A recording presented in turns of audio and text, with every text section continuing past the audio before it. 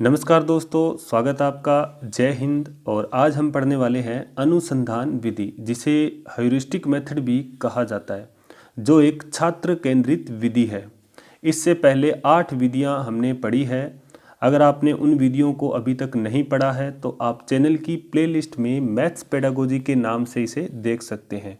वहाँ सभी विधियों को पढ़ाया गया है। तो सबसे पहला पॉइंट ये है कि अनुसंधान विधि जो है वो एक खोज विधि भी है, यानी अनुसंधान विधि को खोज विधि के नाम से भी जाना जाता है, यानी बच्चों के द्वारा इसमें खोजने का प्रयास किया जाता है। बच्चे एक अन्वेषक के रूप में काम करते हैं। सेकंड पॉइंट देखिएगा, इस विधि का प्रतिपादन जो है वो हेनरी एडवर्ड आर्मस्ट्रॉन्ग को माना जाता है। हेनरी एडवर्ड आर्मस्ट्रॉन्ग, ये इसके क्या है, प्रतिपादन है। तो ये जो प्रतिपादन आर्मस्ट्रॉन्ग है, इन्होंने एक परिभाषा दी जो ये है कि यह शिक्षण की वह विधि है जिसके द्वारा हम बालक को एक अच्छे अनुसंधानकर्ता एवं खोजी के रूप में देख सकते हैं। यानी शिक्षण की एक ऐसी विधि है जिसके द्वारा बालक जो है वो एक अच्छा अन्वेषक के रूप में काम करता है, उसे हम खोजी के रूप में क्या कर सकते हैं, देख सकते हैं। तो अनुसंधान विधि में क्या होता है कि विद्यार्थी जो है वो स्वयं एक अन्वेषक के रूप में कार्य करता है तथा समस्याओं का क्या करता है, समाधान करता है। और इस विधि के द्वारा छात्रों में एक वैज्ञानिक दृष्टिकोण का बच्चों में क्या होता है, विकास होता है। और इस विधि का मुख्य उद्देश्य जो होता है वो छात्रों में खोज करने की प्रवृत्ति को जागृत करना होता है। ओके, तथा इस विधि में शिक्षक जो है वो छात्रों को बहुत कम निर्देश देता है, वह केवल एक मार्गदर्शक के रूप में काम करता है। सारा काम कौन करता है, बच्चा ही करता है।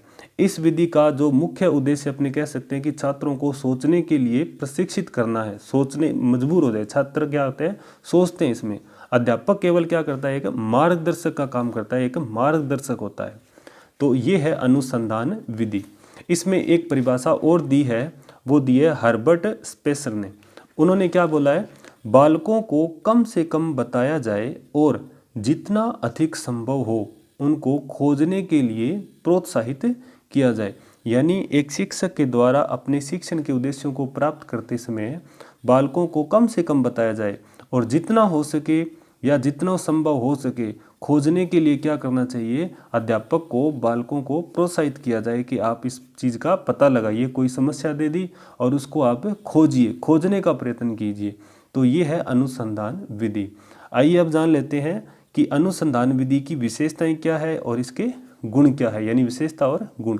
वैसे तो सारी विधियां लगभग एक जैसी सी लग रही है, लेकिन जो अनुसंधान विधि है वो अपने कह सकते हैं कि लगभग विश्लेषण विधि के लगभग गुण है। इसमें अनुसंधान विधि में विश्लेषण विधि के लगभग क्या है, गुण है। तो पहला देखिए, यह मनोवैज्ञानिक विधि है।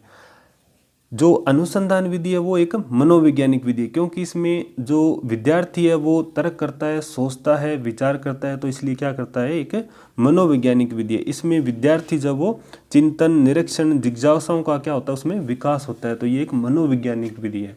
फिर बात करते हैं दूसरा पॉइंट, वैज्ञानिक विधि है। जो अनुसंधान विधि है वो एक वैज्ञानिक विधि है, क्योंकि सारा काम जो है वो एक सिस्टमेटिक ढंग से होता है। ठीक है, तो इसलिए क्या है, एक वैज्ञानिक विधि है। जैसे विज्ञान में क्रम वाइज क्या होता है, प्रयोगों को किया जाता है, तो अनुसंधान विधि में भी वही काम होता है। फिर देखिएगा कि यह एक छात्र केंद्रित विधि है।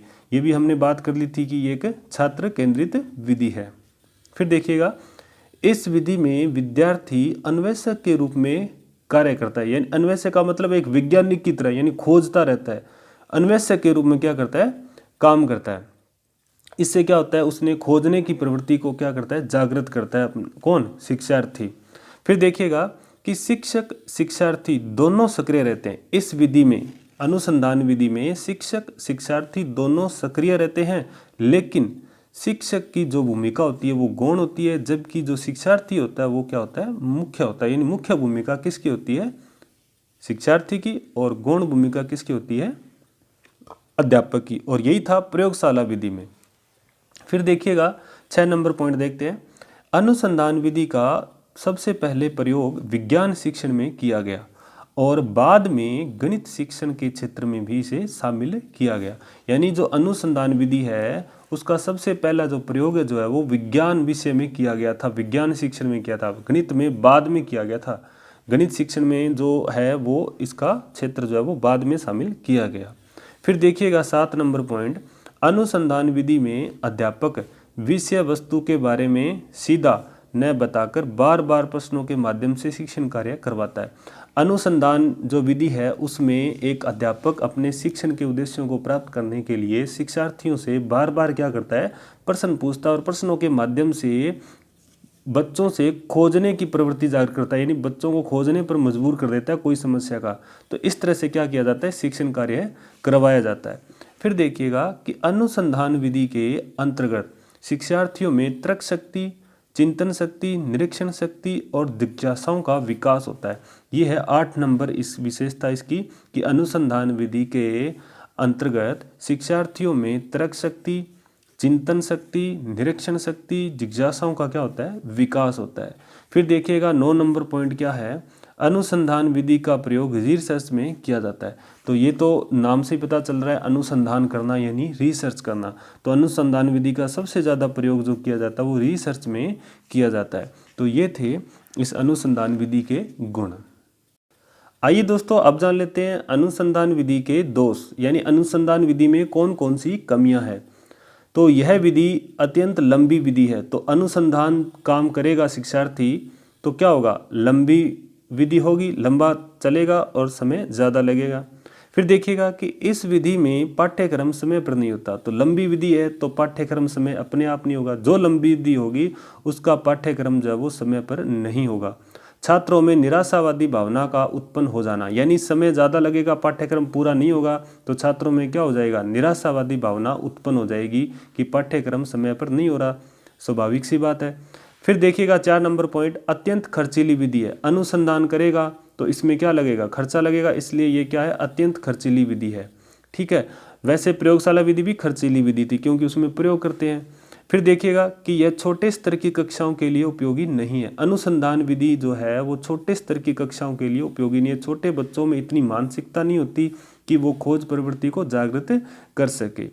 फिर देखिएगा कि यह विधि परिणाम जो है वो पूर्णतः सत्य नहीं होते, यानी अनुसंधान विधि में परिणाम जो होते हैं अनुसंधान विधि को वो पूर्णतः सत्य नहीं होते, क्योंकि जो बच्चे खोजेंगे वो जरूरी नहीं है कि वो सत्य ही हो, इसलिए इसके परिणाम जब वो सत्य नहीं होते। ये इस विधि का क्या एक दोष है।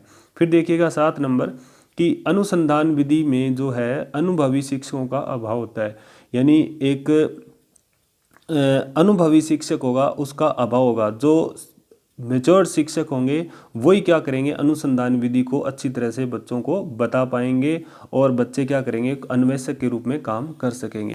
चलिए दोस्तों एक क्वेश्चन देख लेते हैं गणित शिक्षण से संबंधित कि गणित शिक्षण में शिक्षक को निम्नलिखित बात पर ध्यान नहीं देना चाहिए।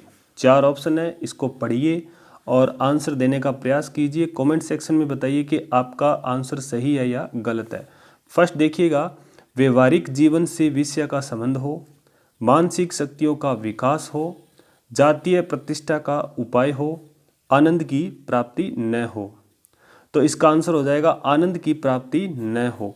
गणित शिक्षण में शिक्षक को निम्नलिखित बात पर ध्यान नहीं देना चाहिए। इसका आंसर क्या आएगा, आनंद की प्राप्ति न हो। तो दोस्तों ये था अनुसंधान विधि और अपनी जो गणित की शिक्षण विधियां वो कंप्लीट हो गई है। जो छात्र केंद्रित विधियां थी वो और अध्यापक केंद्रित विधियां थी जो वो। अब आगे हम करेंगे इन शिक्षण विधियों से संबंधित क्वेश्चन, बहुत सारे क्वेश्चन लेके आ रहे हैं और आप साथ में बने रहिए और चैनल को सब्सक्राइब कीजिए और ज़्यादा से ज़्यादा अपने मित्रों को बताइए। मिलते हैं नेक्स्ट वीडियो में, तब तक के लिए जय हिंद जय भारत।